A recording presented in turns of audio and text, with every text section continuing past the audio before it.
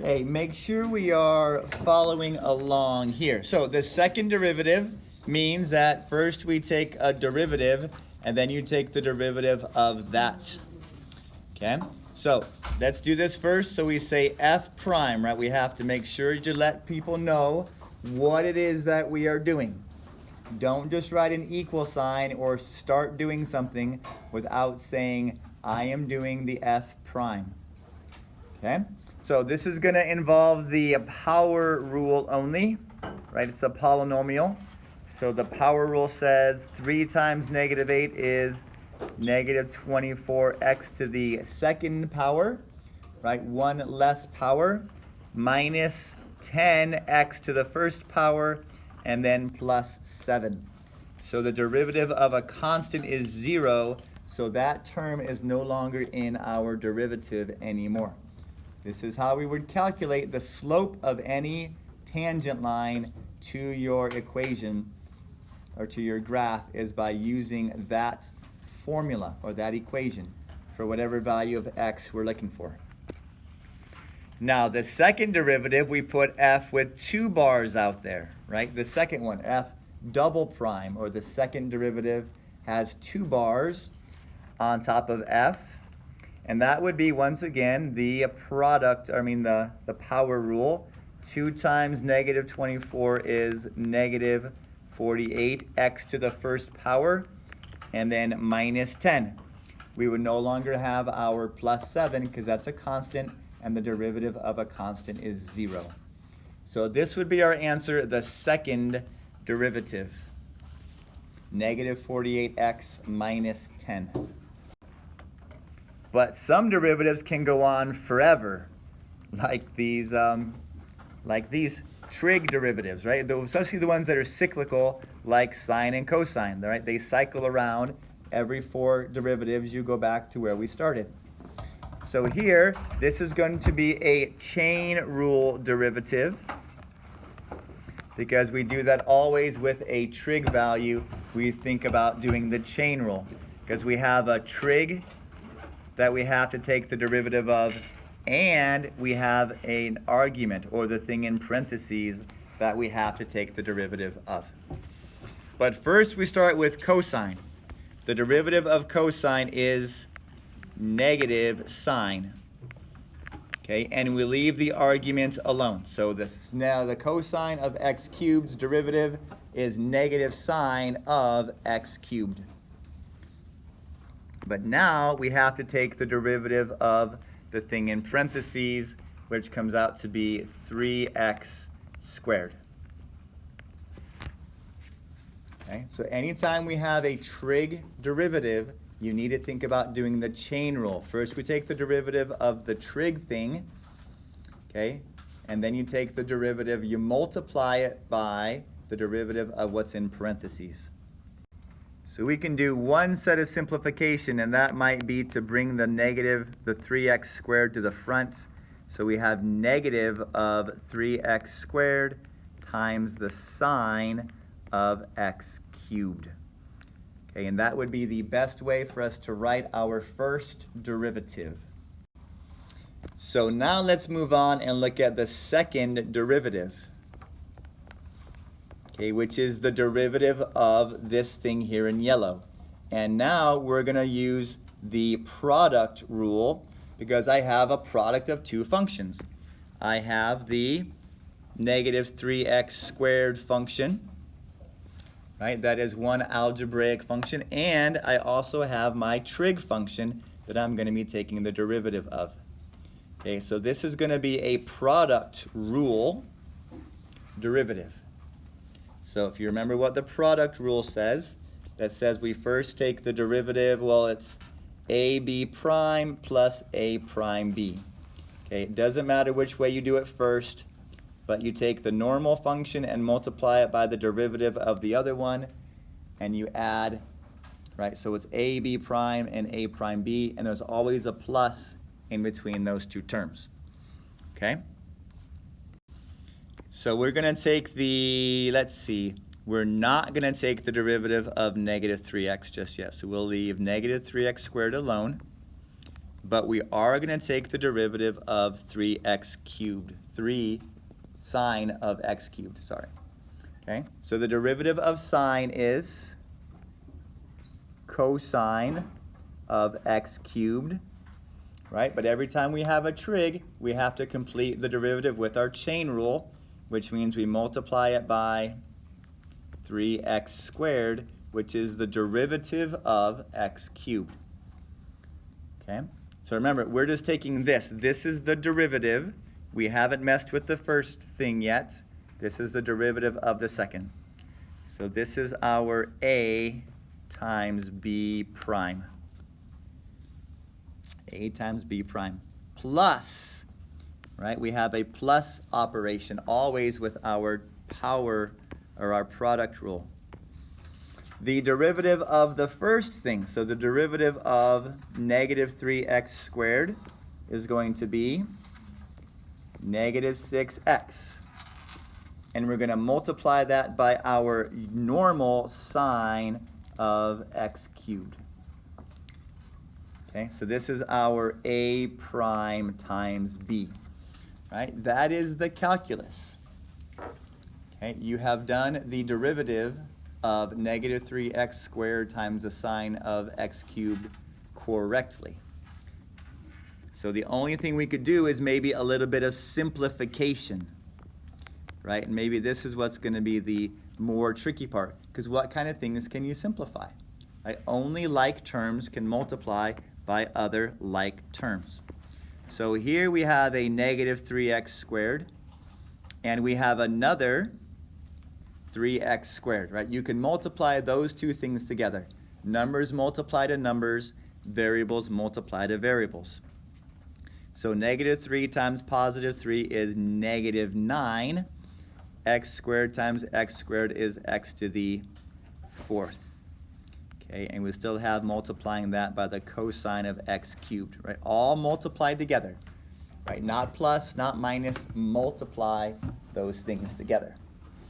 And then there's really nothing to multiply over there, but we can make this a subtraction problem because it's a negative 6x. So minus 6x times the sine of x cubed. Okay, that would be as simple as we could take our formula.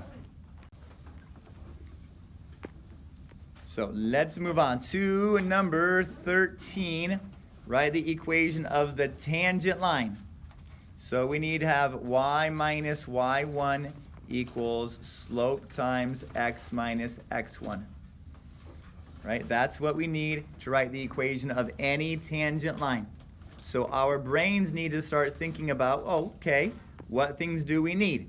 Well, we need to have a y value, and we need to have a slope. Okay, those are always the things that we need to find, because you're always given the x, right? X is independent, so they have to tell you what the x value is so that you can find or calculate the other values. Okay, so let's do this one piece at a time. Let's first find the y value. Okay, so to find the y value, we're going to use our y function. Right? We're going to find out what it is. So we're going to find f at pi over 6. So we're just going to plug pi over 6 into our equation, which is the tangent of 2 times pi over 6. Okay, so I hope you know your trig unit circle, because if you don't, these problems are really, really hard. So we're looking for the tangent. Oh, what is 2 times pi over 6 reduced to? Pi over 3. So we're looking at the tangent at pi over 3. Okay, so let's go back to our unit circle for a second. This is the first quadrant angle, right? Pi over 3 is the first quadrant. In fact, that's going to go along with 60 degrees is your pi over 3. So the coordinates up here are 1/2 for the x value and root 3 over 2 for the y value. Okay. Now, tangent is always a ratio of sine over cosine. The sine is the y value, root 3 over 2, divided by the cosine, which is your x value, 1/2. If we do 3 over 2 divided by 1 over 2, well, that's the same as just doing root 3 divided by 1. And hopefully everybody knows that root 3 divided by 1 is just root 3. Okay, so if you don't have your unit circle memorized, right, this trig ones are going to be tough because calculus expects you to have your pre-calculus memorized, right, everything before this. So that's the y value, check, we have found that one, right, this one's good. That is root 3. Now let's find the slope.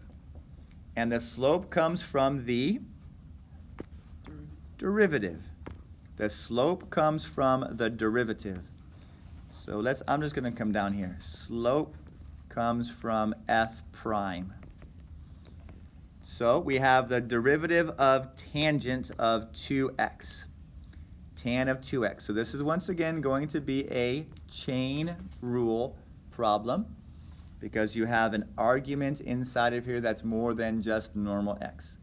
So memorization. What is the derivative of tan? Secant squared. So we have the secant squared of 2x, right? We don't change what's in parentheses. So secant squared of 2x times 2, the derivative of 2x. Okay, so first we take the derivative of your trig. The derivative of tan is secant squared. And then we take the derivative of your argument. Okay, so we want to evaluate this at pi over 6. So we're going to replace x with pi over 6. So 2 times pi over 6. Oh, what's that reduced to? Pi over 3. Okay, so let's go back to our unit circle. And what is the secant at pi over 3? The secant is the reciprocal of the cosine. Reciprocal of the cosine. So if the cosine is 1/2, that means the secant is going to be positive 2. Okay? And what are we doing to the secant's value? We're going to square it. Remember, it's the secant squared of pi over 3. We found that the secant at pi over 3 is positive 2. Now our math says to square that. So 2 squared is 4. 4 times 2 is 8. So our slope of our tangent line at pi over 6 is going to be 8. Okay, wonderful. Now we just need to plug these things back into our equation over here, and we are donezo. So let's see if we can do that. So we have the equation y minus root 3, right? That was the y value when x was pi over 6, equals 8, the slope that we calculated, minus times x minus pi over 6, which was your given x value. Okay, so you need to calculate your y value using your original equation, and we calculate the slope using the derivative. Okay, looking at our next one, which is, let's see, number 14. Find the points where the graph has a horizontal tangent line. Okay, so what is the slope of a horizontal tangent line? 0. The slope is 0. So this question is asking you, when will our derivative be 0? Right? Slope and derivative mean the same thing. So we need to take the derivative of our function here, root 3x plus 2 cosine x, and set that derivative equal to 0. Okay? When will we have a horizontal tangent? When your derivative is 0. So there's our function. Let's go ahead and do this. And remember, root 3 is a constant. Okay? That is not a variable. It is not an equation. So what is the derivative of root 3x? Root 3 plus the derivative of 2 cosine. Okay, so 2 is going to stay there. And what's the derivative of cosine? Negative sine x. Okay, so I guess we can do a little bit of simplifying and write this as root 3 minus 2 sine x. Okay, that will be the derivative of root 3x plus 2 cosine x. And we want to know when the slope will be 0. So let's go ahead and solve this good equation here, this good guy. Solve this equation for x. Okay? Okay, we're solving this for x, which means we want to get x by itself. So our first step is minus root 3 to the opposite side of your equation. Okay? Or, if you wanted to, we could bring the negative over to that side. Same difference. It really doesn't matter. So now we're at negative root 3 equals negative 2 times the sine of an angle. Our next step would be divide by negative 2. Okay? So negative divided by negative is a positive. So root 3 over 2 equals sine of x. So if we're solving for x, what do we want to get rid of now? The sine. And we do that by taking the inverse, right? That's the algebraic thing that we would do in trigonometry in order to solve for an angle, right? So our question is asking us, at what angle is the sine positive root 3 over 2? At what angle is the sine positive root 3 over 2? So if you remember your unit circle, right? Oh, we talked about it a second ago. That was up here where cosine is 1/2, sine is root 3 over 2. Okay, so that happened at pi over 3. Is there another place where the sine is positive root 3 over 2? And that's the other one over here at 2 pi over 3. Okay, because we're asked to solve between 0 and 2 pi, right? We want one entire revolution around your circle. There are 2 angles on your unit circle where the sine is root 3 over 2, positive root 3 over 2. And that's at the 2 positive root 3. So pi over 3 and 2 pi over 3. Okay, let's see. What does 15 say? Probably something annoying, but we're going to do it anyway. Find k so that the line y equals 3x minus 4 is tangent to the graph of this equation. X squared plus kx.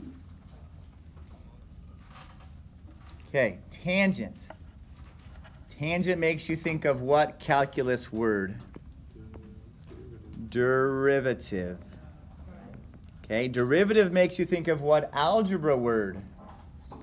Slope.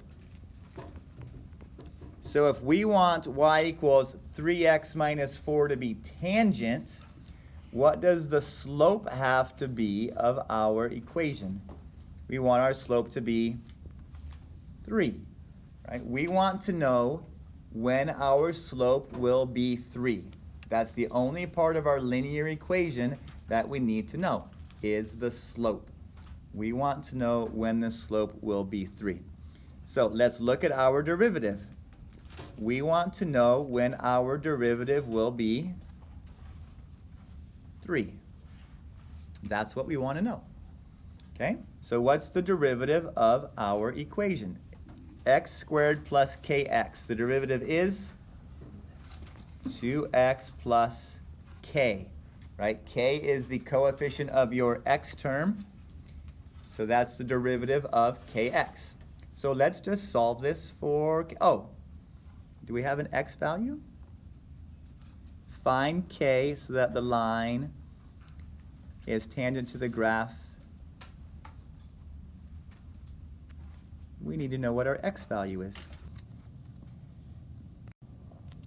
And in order to find our x value, we're going to have to set this equation equal to this equation, right? Because that's where they're going to intersect. We want to know where they touch. When are the x values the same? So when will 3x minus 4 equal x squared plus kx?